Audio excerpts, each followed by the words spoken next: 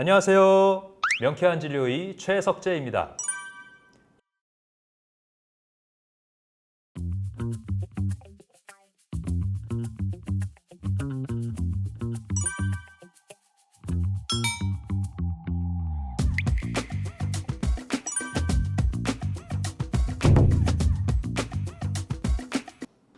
이번 시간에 살펴볼 캐릭터는 요즘 주말 저녁을 기다리게 하는 연속극인데요. 실명의 위기에 처한 청렴 세탁소 막내딸 이다림 씨의 이야기입니다. 드라마 속 주인공에게 어떤 질환이 있는지 진료 시작하겠습니다.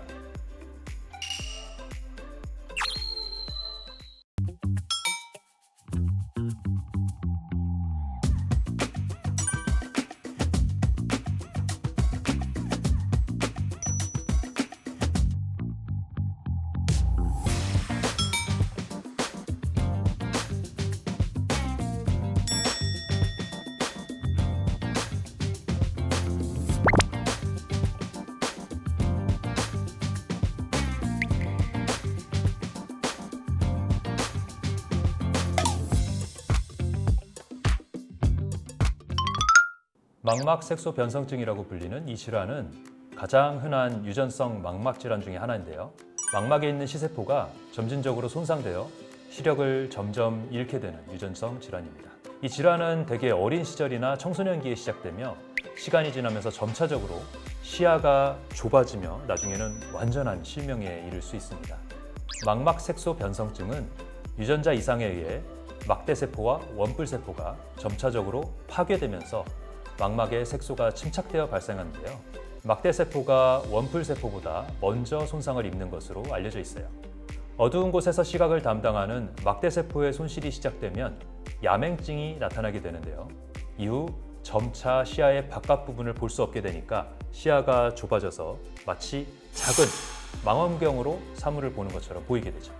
망막 색소 변성증에서 시야가 좁아지는 이유는 주로 망막에 있는 막대세포가 먼저 손상되기 때문입니다. 막대세포는 망막의 가장자리 부분에 주로 위치하며 어두운 환경에서의 시각 기능과 주변 시야 인식을 담당하는데요. 이로 인해 주인공인 다림 씨의 설명처럼 터널 시야로 시야가 좁아지는 현상이 나타납니다. 환자들은 주변을 보기가 어려워지고 밝은 낮에도 주변 시야가 줄어들죠. 질병이 진행되면서 중심부에 있는 중심 시력을 담당하는 원추세포도 손상될 수 있습니다. 원추세포가 손상되면 중심 시력까지 영향을 받아 점차 시야가 좁아지며 시력 저하가 심해지게 되죠. 이러한 시세포 손상은 망막세포가 영양을 제대로 공급받지 못하거나 유전자 돌연 변이로 인해 세포가 스스로 손상되는 과정에서 발생합니다. 발병률은 인종에 따라서 약간의 차이는 있지만 세계적으로 약 4,000명에서 5,000명 중에 1명의 비율로 환자가 나타나고 있는데요. 상염색체 유전이므로 성별에 따른 발병률의 차이는 거의 없는 것으로 알려져 있죠. 망막색소 변성증은 매우 다양한 유전자의 돌연변이에 의해 발생하게 되는데요. 시각세포 내에서 빛을 전기 신호로 전환하는 데 관여하는 유전자의 결함이 원인인 경우가 많습니다. 이들 유전자의 이상이 광범위한 망막의 변성을 일으키게 되는 거죠. 망막색소 변성증과 관련된 유전자는 100개 이상으로 다양한데요. 이들 유전자에 문제가 생기면 시세포가 정상적으로 기능하지 못하게 되고 결국 시세포가 스스로 파괴되면서 시야 손실이 진행됩니다. 왜 이 병이 발생하는 걸까라는 질문에는 이런 답변을 할 수밖에 없을 것 같아요. 일단 유전적인 특성, 그리고 낮은 발병 빈도, 그리고 돌연변이의 다양성에 의한 희귀질환이기 때문에 정확한 하나의 원인이 있다고 보기 어렵거든요.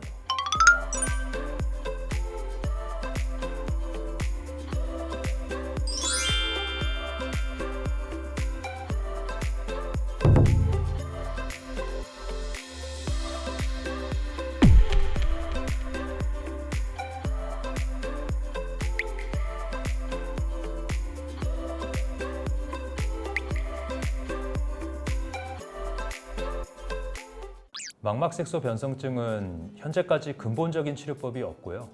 수술로 완치할 수 있는 방법도 없습니다. 그러나 특정 유전자 변이에 의한 망막색소 변성증의 경우에는 유전자 치료제가 개발되어 일부 환자들이 빛을 보고 있어요.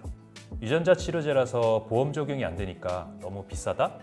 이렇게만 알기 쉬운데 최근 건강보험이 적용되는 치료제가 나오기도 했죠. RPE65 유전자 변이로 인한 망막색소 변성증 환자에게는 유전자 치료제인 럭스터나가 효과가 있는데요. 이 치료제는 2020년 9월 국내에서 판매 승인을 받았으며 2024년 2월부터 건강보험이 적용되었습니다. 양쪽 눈을 치료할 경우 6억 5천만 원으로 약값이 책정되었는데요. 건강보험을 적용하면 환자 본인 부담금은 소득에 따라 최대 약 800만 원까지도 줄어듭니다. 여전히 서민들에겐 비쌀 수도 있지만 6억 5천만 원이 800만 원이 된다면 희망이 보이지 않을까요? 하지만 이런 치료도 아까 말씀드린 특정 유전자 변이에 해당하는 환자에게만 적용되기 때문에 모든 환자가 치료될 수 있다고 볼 수는 없죠. 치료 가능 여부를 확인하기 위해서는 전문의와의 상담이 꼭 필요하고요. 망막색소 변성증의 치료 비용이 비싼 이유는 복잡한 유전자 치료 개발 과정에 있습니다. 특정 유전자 변이를 대상으로 하는 정밀의학 치료제 개발은 기초 연구부터 임상 시험까지 많은 비용과 긴 시간이 필요하죠. 더구나 희귀 질환으로 환자 수도 적어서 제약회사 입장에서는 수익성이 낮다는 것도 어떤 이유가 될 수가 있어요.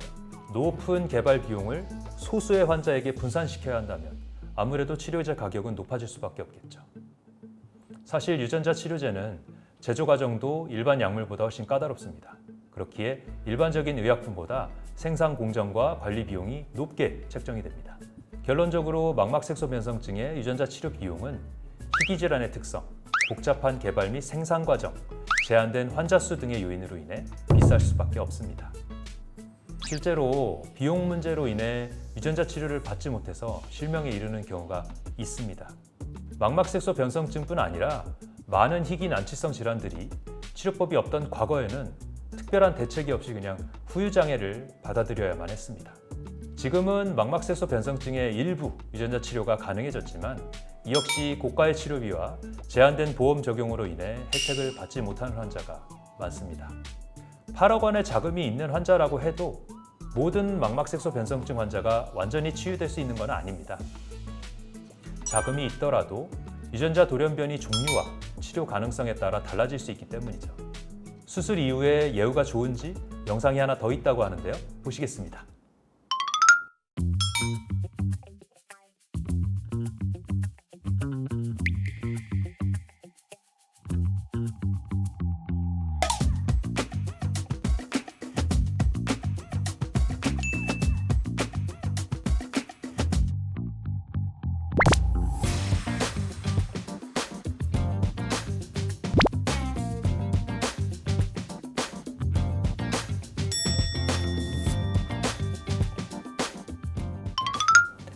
눈이 시린 증상은 안구 건조증과 관련이 있을 가능성이 큽니다.